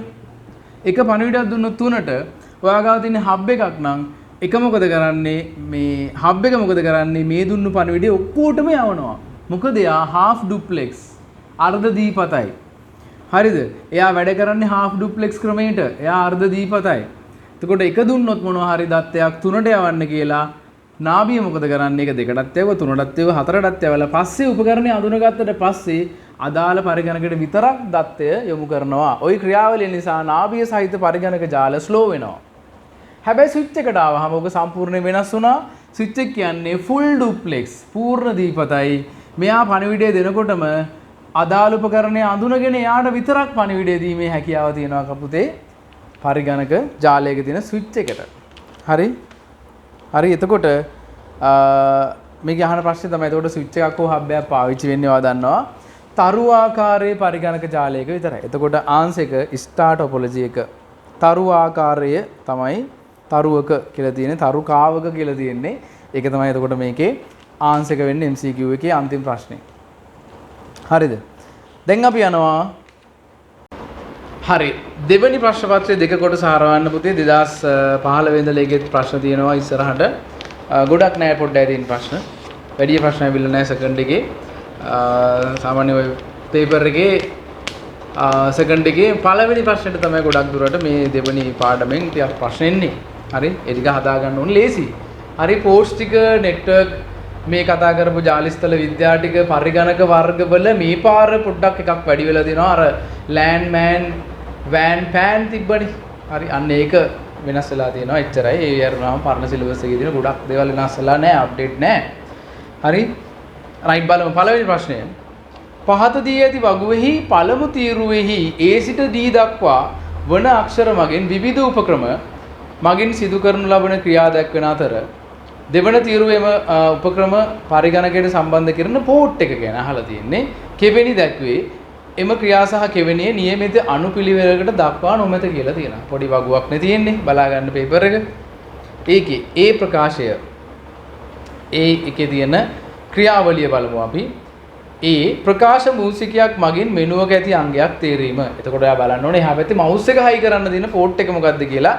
පෝට් එක තමයි Aට USB නේද? ඔතන PS2 තිබ්බනම් තෝරගන්න තිබ්බා. USB තමයි පුතේ එතකොට අපිට මවුස් එකක් හයි කරන්න තියෙන පෝට් එක වෙන්නේ. ඊළඟට B is බණුවක්. හරිද? හරියට වචන උච්චාරණය කරන්න කියලා කිව්ව මම මේකෙදි is බණුවක් හෙඩ්ෆෝන් එකක් භාවිතා කර ගීතයකට සවන් දීම. එතකොට හෙඩ්ෆෝන් එකක් හයි කරන්න පාවිච්චි කරන පෝට් එක වෙන්නේ මේකේ තියහපත් තියෙන උදාහරණ විදියට වෙන්නේ ශබ්දුපාංග කෙවෙනිය ඔඩියෝ පෝට්. ඔඩියෝ පෝට් එක තමයි පුතේ අපි පාවිච්චි කරන්නේ දත්ත මේ ශබ්දය පරිගණකයෙන් බාහිරට ගන්න. ඒ කියන්නේ හෙඩ්සෙට් එකක් හරි ස්පීකර්ස් හරි හයි කරන්නේ අපි ඔඩියෝ පෝට් එකට. ඊළඟ එක ස්ථානීය ප්‍රදේශ ජාලයක් මගින් අන්තර්ජාලයට ප්‍රවේශ වීම. ඒ කියන්නේ මේ වගේ පොඩි ලෝකල් ඒරියා නෙට්වර්ක් එකකට පරිගණකය සම්බන්ධ කරනවා නම් ස්විච් එකෙන් එන කේබල් එක කම්පියුටර් එකට සම්බන්ධ කරන්න තියෙන පෝට් එක තමයි RJ45. එහෙම නැත්නම් නෙට්වර්ක් ජාල කෙවෙනිය.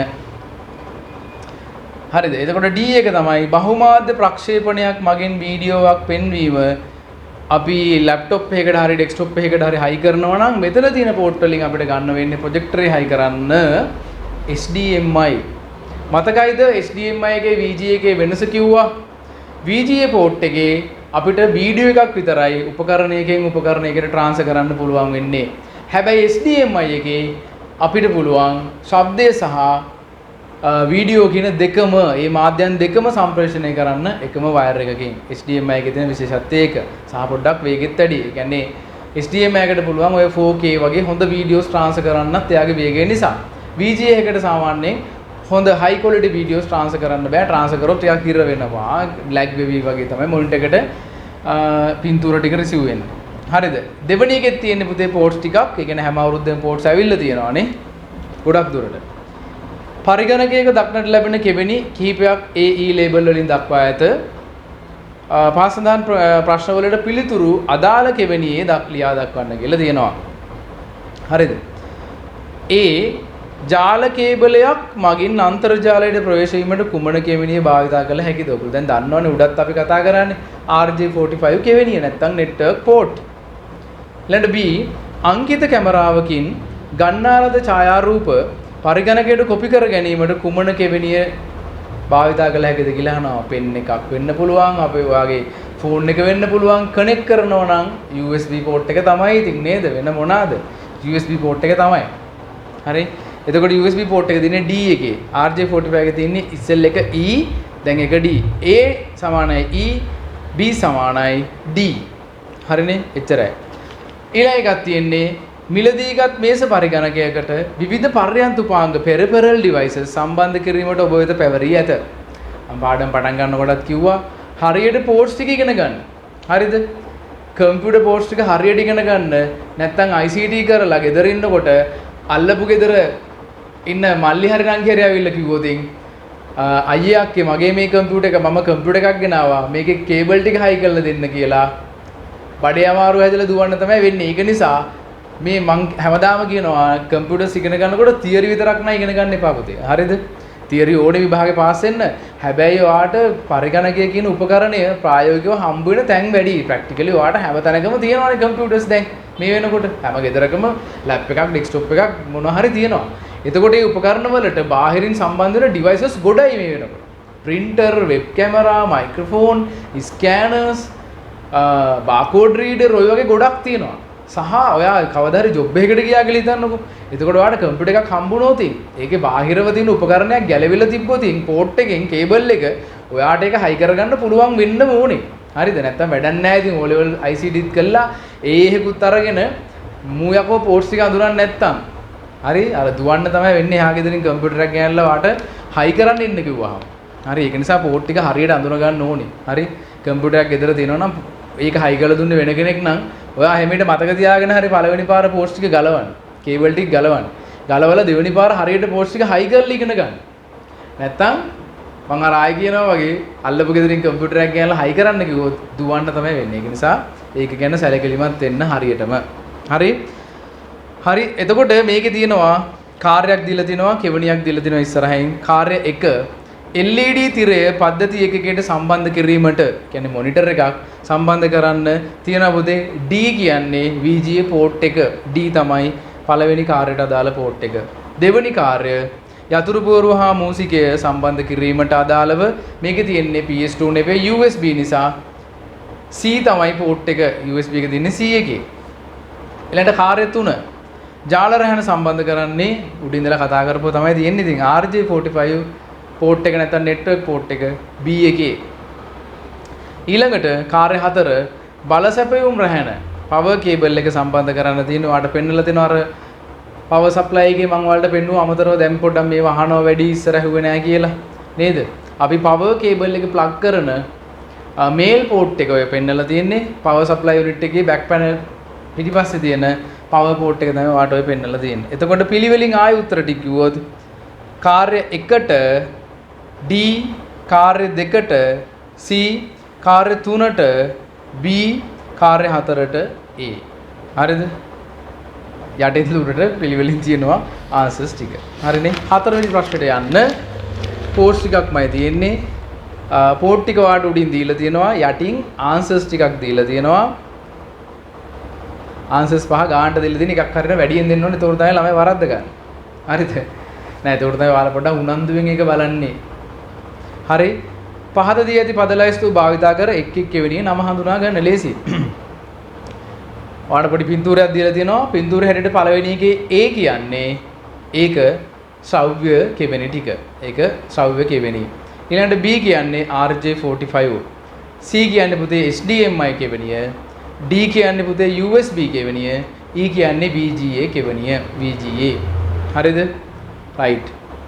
හරි නේද? ලේසි ප්‍රශ්න ඒවා නිකන් පට ගාලා ලකුණු ගන්න පුළුවන් 2019 MCQ එකක්. 2020 MCQ එකක් හොඳ ප්‍රශ්නයක් තියෙනවා. හොඳට අහගන්න. නාභියක් පරිගණක තුනක් ස්විච් එකක් හරි හබ් එකක් හරි පරිගණක තුනක් පරිගණක AB කියලා නම් කරන්න කියලා තියෙනවා. සර්වර් එකක් හා මුද්‍රකයක් printer එකක් තරු ආකාරයේ පරිගණක ජාලයකට සම්බන්ධ කර දක්වමින් රූප සටහනක් අඳින්න තමයි ඔයාලට තියෙන්නේ. ලේසි. හරිද? ලේසි. easy. හරි. එතකොට තරු ආකාරය කියලා කියපු ගමන් ඔන්න මම තරුවත් මැකුව පොඩ්ඩක් ලොකුට අඳින්න ඕනේ හින්දා තරු ආකාරය කියපු ගමන් ඔයාලට මතක් වෙන්න ඕනේ මධ්‍ය උපකරණයක් තියෙන ටොපොලොජි එකක් නේ පුතේ මේ තරු ආකාරය කියන්නේ නේද? එතකොට ඔන්න මධ්‍ය උපකරණයක් තියෙන්න ඕනේ. ඒක ස්විච් එක හෝ හබ් එක. මෙයා කියලා නම් තියෙන්නේ හබ් එක කියලානේ. ඒතර අපි ගමු හබ් එකක් තියෙනවා. ඊට පස්සේ යා කියලා තියෙනවා නේද? පරිගණක තුනක්. එතන සර්වර් එකක්, කම්පියුටර් AB කියලා දෙකක් එහෙම තියෙන්නේ. හරි. අපි ගමු මෙතන සර්වර් එකක්. එයා රූප මේ කොටුවක් දීලා තියෙනවා පේපර් එකේ නේද? ඒ විදිහට අඳින්න කියලා. අවුලක් නැහැ. අපි ගමු ඔන්න සර්වර් එක තියෙනවා. හරි. එතකොට මේක ක්ලයන්ට් සර්වර් නෙට්වර්ක් එකක්. අන්න. හරි මේක එතකොට සර්වර් එක තියෙනවා. සර්වර් එක සර්වර් කියලා ලියන්නේ නෙවෙයි. සේවාදායකය කියලා ලියන්න තියෙනවා. ඔව් සේවාදායකය.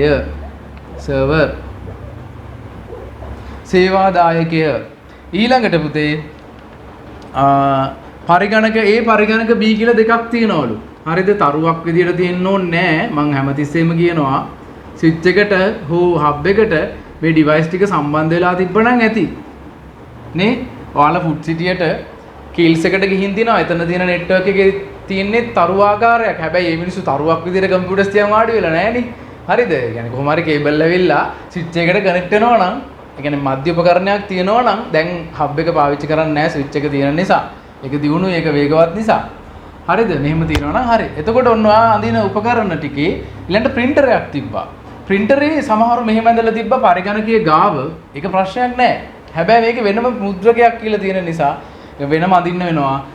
printer තියෙනවා පුතේ මේ පරිගණක ජාලයට සම්බන්ධ කරන්න පුළුවන්. ඒතකොට මෙයා AB කියලා නම් කරන්න ඕනේ. සම්පූර්ණ කරන්න ආස එකක් කරනකොට හරියද? AB කියලා මෙයා සම්පූර්ණ වෙන්න ඕනේ. printer එක වෙනම network printer තියෙනවා. පරිගණක ජාලේ එයා මුද්‍රකය කියලා මෙහෙම සම්බන්ධ වෙලා ඉන්නවා printer එක. හරිද? එතකොට ඔන්න උපකරණ ටික මේ විදිහට සම්බන්ධ කරලා ඇදලා තියෙනවා නම් ඔයාලට සම්පූර්ණ ලකුණු හම්බ වෙනවා. හරිද? ඔන්න රූප සටහන බලා ගන්න. මේ විදිහට තියෙන්න ඕනේ A පරිගණකය, B පරිගණකය, හබ් එක. මේක ස්විච් එක නැති නිසා හබ් එක, printer එක, සේවාදායක එහෙම නැත්නම් සර්වර් එක. ඊළඟට මේගොල්ලන්ට පිළිවෙලින් IP address දාලා තියෙන්න ඕනේ. IP address ගැන මේකේ අහලා නැහැ මම ඒකට කියලා දීලා තියෙනවා. අපි ආයේ 11 වසරේදී IP address ගැන කතා කරනවා. එතනදී මම ආයේ මේ කුරස මතක් කරනවා.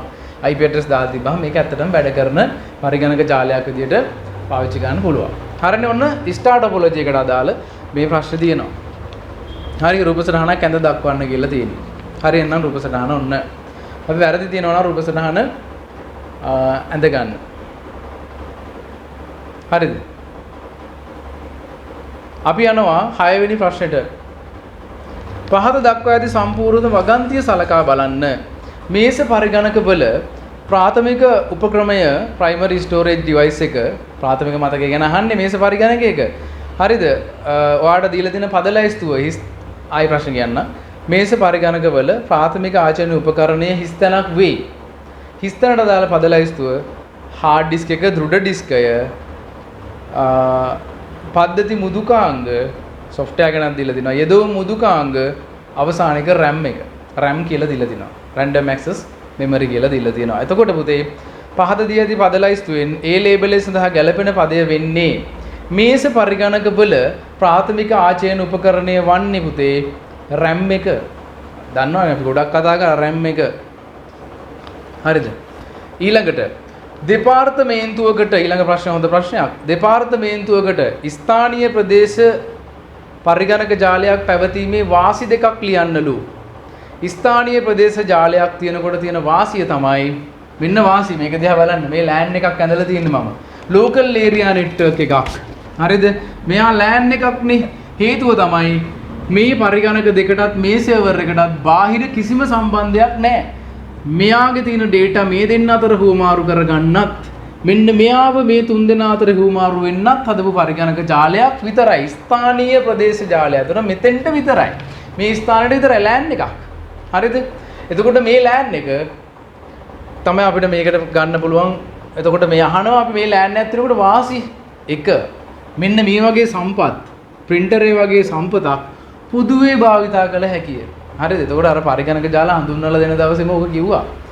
හරිද? ජාලයක් තුල පවතින සම්පත් පොදුවේ භාවිතා කළ හැකි වීම එක වාසියක්. දෙක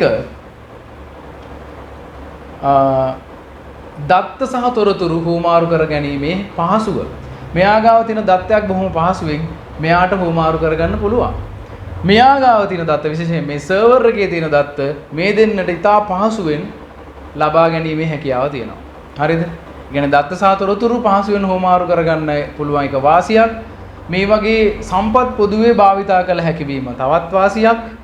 ඊළඟට තව ගත්තොතින් පරිගණක ජාලයක් තියෙනකොට ඇත්තටම ජාලයක වැඩ කරද්දී අපිට කාලය ඉතිරි වෙනවා. හරිද? කාර්ය පහසු වෙනවා. මෙයා ගාව තියෙන data ගන්න එයා ගාවට යන්න ඕනේ නැහැ. network එකකින් අරගන්න පුළුවන්. හරිද? ඔන්න ඔය වගේ ගැළපෙන වාසි දෙකක් ලියන්න තියෙන්නේ. බලාපොරොත්තු වෙනවා මෙන්න මේ වාසි දෙක. එකක් සම්පත් පොදුවේ භාවිතා කර ගැනීම පොදුවේ භාවිතා කිරීමට හැකියවීම. ඊළඟට දත්ත සහ තොරතුරු හුවමාරු කිරීම පහසු වීම වගේ එකක්. දත්ත සහ තොරතුරු හුවමාරු කිරීම වේගවත් වීම වගේ එකක්. අන්න ඒ වගේ එකක් ලියලා තියෙන්න ඕනේ. ඊළඟට හොඳ ප්‍රශ්නයක් මේක වරද්දලා තිබ්බා. භූගෝලීය ව්‍යාප්තියට අනුව පරිගණක ජාල වර්ග දෙකක නම් ලියන්න කියලා තිබ්බා. පරිගණක ජාල වර්ග අපි කීයක් කතා කරලා තියෙනවද පුතේ? මේමනේ මේ ජාලිස්තල විද්‍යාවන් නෙවෙයි පරිගණක ජාල වර්ග ගැන අහන්නේ. ජාලිස්තල විද්‍යාව අපි කතා කරන්නේ 5ක්. ඒව නෙවෙයි මේ. බස් රින් මෙෂ් ස්ටාර් ට්‍රී නෙවෙයි මේ අහන්නේ. මේ අහන්නේ වෙන්න මේ තුන් දෙනා ගැන. LAN හරිද? මේ අහන්නේ LAN MAN WAN මේ පාර අලුත් එකක් තිබ්බනේ PAN. ඔන්න ඔය හතර දෙනා ගැන තමයි මේ අහන්නේ. හරිද? එතකොට මේ තියෙන්නේ LAN එකක්නේ. මෙයාට ගෙලින්ම බාහිර සම්බන්ධතා නැහැනේ. හැබැයි ඔයාලට මම උගන්වද්දි කියලා දුන්නා මේ තියෙන local area network එකට මේක එක ආයතනයක network එකක් නම් මේ වගේම network එකක් ඒ ආයතනයේම තවත් ශාඛාවක තිබුණොත් ඒ LAN දෙක එකට එකතු කරාම හැදෙනවා කියලා කිව්වා මම. මොනින්කක්ද? metropolitan area network එකක්. හරි? මම ඒකට උදාහරණ කිව්වා. අපි ගමු කීල්ස් හරි ඔය තියෙන මොන හරි සුපර් මාකට් එකක්. අපි ගමු කාගිල් ෆුඩ් සිටිය. කාගිල් ෆුඩ් සිටිය එකයි කාගිල් ෆුඩ් සිටියේ අපි ගමු ගාල්ල ශාඛාවයි දෙවඩ ශාඛාවයි අතර දත්ත හුවමාරු කරනවා. දත්ත හුවමාරු කරන්න ක්‍රම තියෙනවා. පරිගණක ජාලය හරහා. එතකොට බලන්න මේ ප්‍රශ්නට අදාළන්නේ භූගෝලීය ව්‍යාප්තියට අනුව පරිගණක ජාල වර්ග දෙක. එතකොට මේ ස්ථානීය ප්‍රදේශ ජාල දෙක ආයතන දෙකේ තියෙන්නේ භූගෝලීය වශයෙන් වෙනත් ස්ථාන දෙකක. අන්න එහෙම භූගෝලීය වශයෙන් වෙනස් ස්ථාන දෙකක තියෙන එකම ආයතනයේ ශාඛාවන් අතර network එකකට අපි කිව්ව පුතේ metropolitan area network. එතකොට මෙයා ඇවිල්ලා MAN එක ඇවිල්ලා භූගෝලීය වශයෙන් වෙනත් ස්ථානවල තියෙන පරිගණක සම්බන්ධ කරන ජාල වර්ගයක්. එතකොට අන්න එකක් ආන්ස් එකක් එයා. ඊළඟට මම කිව්වා ඔයාලා ඉන්ටර්නෙට් යනකොට මේ LAN එකේ ඉඳලා නම් ඔයා ඉන්ටර්නෙට් යන්නේ. එතකොට ඔයාට ඕන වෙනවා කියලා මම කිව්වා නේද පුතේ රවුටරය මංහසුරුව නැත්තම් මාර්ගකය ඔය රවුටර් එක හරහා ඔයා සම්බන්ධ වෙනවා නම් අපි හිතමු මෙයා YouTube යනවා කියලා නේද? එතකොට මෙයා YouTube යන්නේ මේ පරිගණකයෙන් ස්විච් එකට රික්වෙස්ට් එකක් දීලා ස්විච් එක හරහා රවුටර් එකට ගිහිල්ලා රවුටර් එක තමයි වෙනත් පරිගණක ජාලයක් එක්ක ඔයාව සම්බන්ධ කරන්නේ. හරිද? YouTube එක මම කිව්වා Google server එකේ Google ට අයිති එකක්. ඒක තියෙන ඇමරිකාවේ. එතකොට ඔයා සම්බන්ධ වෙන්නේ මේ පරිගණක ජාලයේ ඉඳලා රවුටර් එක හරහා වෙනත් පරිගණක ජාලයකට. අන්න එතකොට රවුටර් එක කාර්ය වෙන්නේ ඔයාව වෙනත් පරිගණක ජාලයකට සම්බන්ධ කිරීම. හරිද? මේ LAN එකෙන් එළිය තියෙන ජාලයකට සම්බන්ධ කිරීම. හරි? එතකොට ඔයා ඉන්ටර්නෙට් යනකොට එතන හැදෙනවා කියලා මම කිව්වා පුතේ wide area network එකක්. පුළුල් ප්‍රදේශ ජාලයක්. අපිට කියන්න බෑ කොහෙද තියෙන්නේ කියලා. ඔයා Facebook එකට YouTube එකට ඔයගොල්ලෝ යන්නේ නැහැ හොඳ ළමයි. YouTube එකට එහෙම යනවනේ. YouTube යනවා කියන්නේ YouTube එකේ සර්වර් එක තියෙන්නේ භූගෝලීය වශයෙන් ඉතාම ලංකාවෙත් නෙවෙයි. හරිද? ඒක ඉන්දියාවේ තියෙන්න පුළුවන් එහෙම නැත්නම් ඇමරිකන් Google එකේ server එක තියෙන්න පුළුවන් YouTube එක. හරි. අන්න එතකොට ඒක තියෙන්නේ ගොඩාක් භූගෝලීය වශයෙන් වෙනත් ස්ථානයක නිසා. එහෙම ජාල වර්ගයක් තමයි එතකොට wide area network කියන්නේ. WAN එකට උදාහරණයක් තමයි පුතේ අන්තර්ජාලය කියන්නේ. හරි. ඔය ඔක්කොම කියලා දීලා තියෙන්නේ මතක නැහැ. හරි එතකොට MAN එකයි WAN එකයි ගන්න පුළුවන්. LAN එක මේකනේ ස්ථානයකට පොදුයි. නිකන් එක ආයතනයකට හෝ අපි ඒකේ ටියුට් මේ නෝට් එකේම ඇති LAN එකක් අපි හදන්නේ ආයතනයක කාර්යාලයක් ඇතුලේ හෝ කාමරයක් ඇතුලේ දත්ත හොමාරු කරන්න එතන තියෙන පරිගණක හෝ අනිත් device අතර. ඊළඟට private area network එකක්. පුද්ගලික පරිගණක ජාලයක්. ඒක අපි පාවිච්චි කරන්නේ අපි කිව්වා ඒක ඔයාලා පාවිච්චි කරනවා. ගෙදර එක්කෙනෙක්ගේ ෆෝන් එකේ තියෙන data ටික අපි hotspot එක on කරගෙන උපකරණ 4-5ක share කරගන්න ඕන. ඒක මහා ගොඩක් උපකරණ connect කරන්න බෑ. උපකරණ කිහිපයක connect කරගෙන ඒ device එකේ තියෙන internet එක use කරනවා නම් එතන පරිගණක ජාලයක් හැදෙනවා. හරිද? ඒ කියන්නේ අර එක උපකරණයක තියෙන data ටික අනිත් අය අතර share වෙලා යනකොට ඒක private area. ඒකට ඔයා password එක දුන්නොත් විතරක් අනිත් අයට සම්බන්ධ වෙන්න පුළුවන්. හැමෝටම මේකට එන්න බෑනේ. අන්න එතකොට ඒකට කියනවා PAN එකක්. PAN එක භූගෝලීය වශයෙන් තියෙන්නේ නැහැ. ඔයාගේ ගෙදරින් එළියට එනකොට ඒ Wi-Fi මේ hotspot එක අහුවෙන්නේ නැහැ. හරිද? ඒක ගේ ඇතුලේ ඉන්න සාමාන්‍ය දුරක විතරයිනේ. අන්න එතකොට ඒක අපි කියනවා private area network. එතකොට පරිගණක ජාල වර්ග වලින් අපිට පුතේ භූගෝලීය වශයෙන් භූගෝලීය ව්‍යාප්තියට අනුව පරිගණක ජාල වර්ග දෙකක් තමයි තියෙන්නේ MAN එකයි WAN එකයි metropolitan area network සහ wide area network කියන දෙන්න තමයි ඉන්නේ.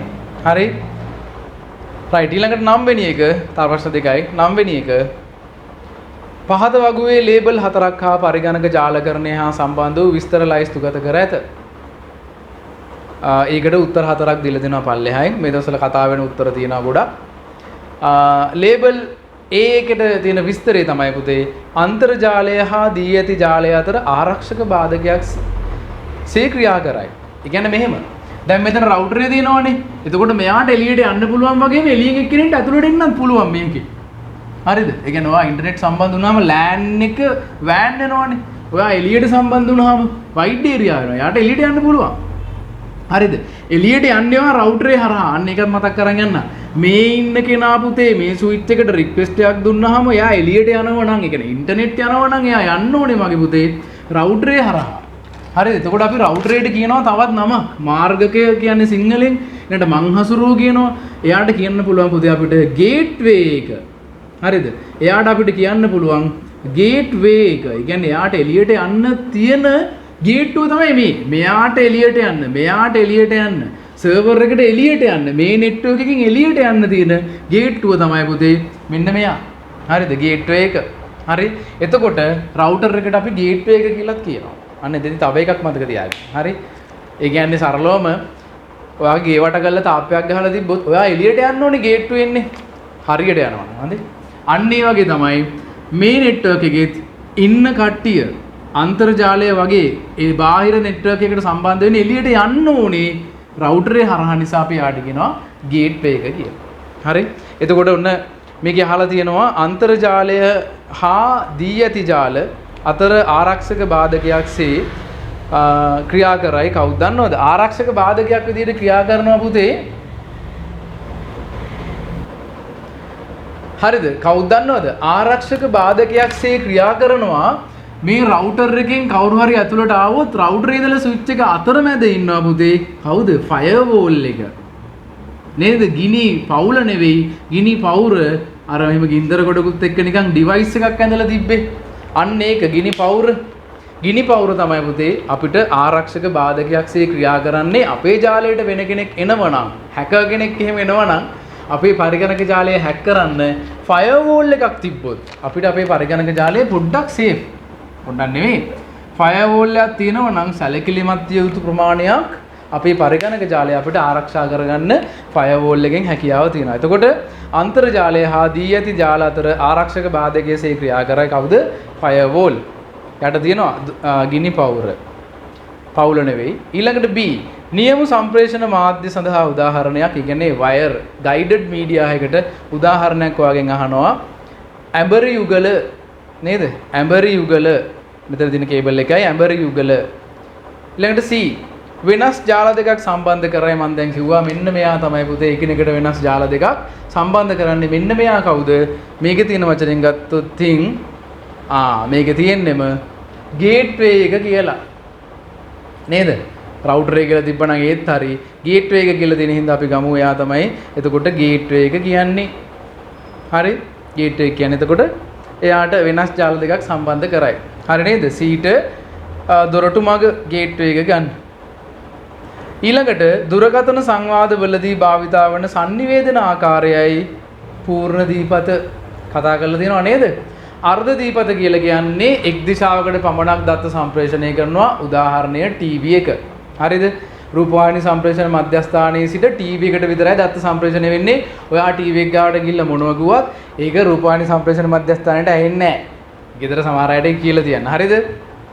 ඊළඟට දෙක අර්ධ දීපත ක්‍රමය කියන්නේ පුතේ ප්‍රභවයෙන් ග්‍රාහකයන් ප්‍රභවයටත් දත්ත සම්ප්‍රේෂණය කරන්න පුළුවන් එකම වෙලාවෙදි බෑ නේද? අපි ඒකට උදාහරණයක් විදිහට අරන් තිනවා වෝකි ටෝකි එක සහ අන්තර්ජාලයේ සමහර දේවල් දැන් ඔයාට කවුරු හරි ඊමේල් එකක් එව්වොත් ඔයාට ඒකට රිප්ලයි කරන්න පුළුවන්. හරිද? එතකොට ඊමේල් එක එවන කෙනා තමයි ප්‍රභවය වෙන්නේ. ඔයා තමයි ග්‍රාහකයා වෙන්නේ. එයා එවන්න කලින් ඔයාට රිප්ලයි කරන්න බෑනේ. ඒක බලලා ඔයා රිප්ලයි කරනවා. අන්න ඊමේල් එක එතකොට ඇවිල්ලා අපිට ගන්න පුළුවන් පුතේ අර්ධ දීපත ක්‍රමයට දත්ත සම්ප්‍රේෂණය කරන උදාහරණයක් විදියට. හරිද? ඊළඟට පූර්ණ දීපත කියන්නේ දෙපැත්තටම ප්‍රභවයෙන් ග්‍රාහකයටත් ග්‍රාහකයන් ප්‍රභවයටත් එකම වේලාවේදී දත්ත සම්ප්‍රේෂණය කරන්න පුළුවන්. මොකේද? හෑන්ඩ් ෆෝන් එකේ. නේද? ඔයා කෝල් එකක් කරන් එයාට බයිනකොට එයාටත් ඕනනම් ඔයාට බයින්න පුළුවන්. හරිද? එතකොට ඒක අපි කියනවා පුතේ පූර්ණ දීපත දත්ත සම්ප්‍රේෂණයක් කියලා. හරි නේද? හරි. දුරකථන සංවාදවලදී භාවිතා වන sannivedana ආකාරය පූර්ණ දීපත ක්‍රමය. right. ඊළඟට 10 C1 C2 C3 හා C4 නම් වූ පරිගණක 4 දැලක ආකාරයේ ජාලි ස්ථලයක අණුව සම්බන්ධ කිරීමට රූප සටහනක් අඳින්න. ආපෝ සිම්පල්. හැබැයි මේක ළමයි ඇඳලා තිබ්බා නව ලකුණු කරන්නේ නැතුව. හරිද? මම මේක මකනවා වීඩියෝ එක දැම්මහම වේගය වැඩි නම් මේක නවත්තලා රූප සටහන් එහෙම ඇඳ ගන්න. හරිද? හරි? රයිට්. මේකේ C1 C2 C3 C4 කියලා තියෙනවා. ඒක හදලා තියෙන පුතේ දැලක ආකාරයටලු. හරිද? එතකොට මෙයා C1 එතකොට මෙයා C2 නම් මෙයා C3 නම් මෙයා C4 නේ.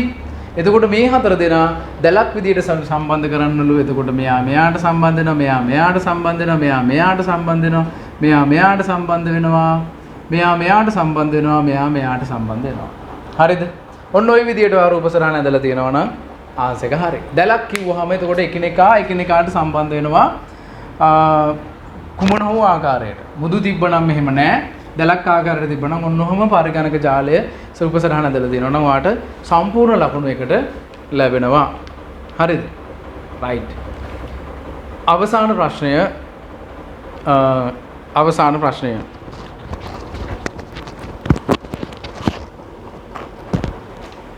හරිද? ඔන්න එතකොට අවසාන ප්‍රශ්නය අපිට හම්බ වෙන අවසාන ප්‍රශ්නය. ඒකේ තියෙනවා AD-තෙක් ලේබල් වලින් දැක්වෙන පරිගණක කෙවෙනි සලකා බලන්න. AD-තෙක් ලේබල් වලින් දැක්වෙන පරිගණක කෙවෙනි සලකා බලන්න. හරිද? A ඕක PS2 පෝට් එක නේද? PS2 B ශ්‍රව්‍ය කෙවෙනිය C VGA කෙවෙනිය D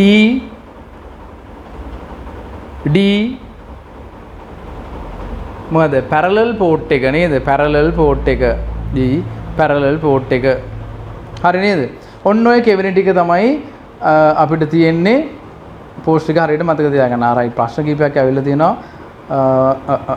මම මේක බලන්න නැතුව වැඩ හරි. මේක මේ දිගටම අහලා තියෙනවා නේද? පැරලල් පෝට් එකට පුතේ අපි සිංහලෙන් කියන්නේ සමාන්තර කෙවෙනිය. හොඳේ සමාන්තර කෙවෙනිය ශ්‍රේණිගත නෙවෙයි සමාන්තර කෙවෙනිය. ඒක සමාන්තර කෙවෙනිය කියලා නිවැරදි කරගන්න පැරලල් පෝට් එකට අපි සිංහලෙන් කියන්නේ සමාන්තර කෙවෙනිය. හරිද? රයිට් ඔන්න එහෙනම් පේපර් එක අපි සාකච්ඡා කරා ඒකේ ආපු ප්‍රශ්න ටික. ඊළඟට 22 23 අනිත් පේපර්ස් ටික අපි සාකච්ඡා කරනවා ඔය වෙලාවටද වාගේ ටර්ම් ටෙස්ට් එක තියෙන කාල සීමාවෙදී අපි මේ ප්‍රශ්න ටික නැවත සාකච්ඡා කරනවා ටර්ම් ටෙස්ට් එකට කලින් ටර්ම් ටෙස්ට් පේපර් එකකුත් එක්ක. හරිද? ඊළඟට දැන් මේ දවස්වල ඔයාලා දන්නවා අපි සංඛ්‍යා පද්ධති පාඩම තමයි පටන් අරන් තියෙන්නේ. ඒක නිසා සංඛ්‍යා පද්ධති අමාරු කෙනෙක් ඉන්නව නම් පණිවිඩය දෙන්න.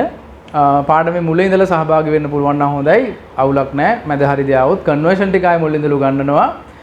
අච්චු පොතේ තියෙන විදිහට නෙවෙයි කන්වර්ෂන්ස් එක පොඩ්ඩක් වෙනස් විදිහට උගන්වන්නේ. තේරෙන්න තමයි උගන්වන්නේ. කැමති කෙනෙක් ඉන්නව නම් පන්තියට සහභාගී කරන්න ඔයාලා කියන්නේ ඉතින් යාළුවෙක් ඉන්නව නම් සහභාගී වෙන්න කියලා අපි මේ මාසේ සංඛ්‍යා පද්ධති පාඩම තමයි ඉවර වෙන්නේ. හරි? ඒක අමාරු නම් ක්ලාස් ගිහිල්ලා ඒක තේරෙන්නේ නැත්නම් එන්න ක්ලාස් එකට වැඩේ කොට දාලා දෙන්න. හරිනේ? එහෙනම් ලබන සතියේ ෆිසිකල් ක්ලාස් එකේදී අපි හම්බ වෙමු. හරි? පේපර්ස් ටික උත්තර හරියට ලියා ගන්න, වැරදිච්ච ඒවා එහෙම හරියට ලියලා තියාගන්න. ඊළඟට පේපර්ස් ටික එකතු කරලා තියාගන්න. හොයාගන්න බැරි වෙන්න බෑ ලබන සතිය වෙනකොට. හරි එහෙනම් ලබන සතිය අපි ෆිසිකල් ක්ලාස් එකේදී හම්බ වෙමු. හරි හැමෝටම දුසරණයි ආයුබෝවන්.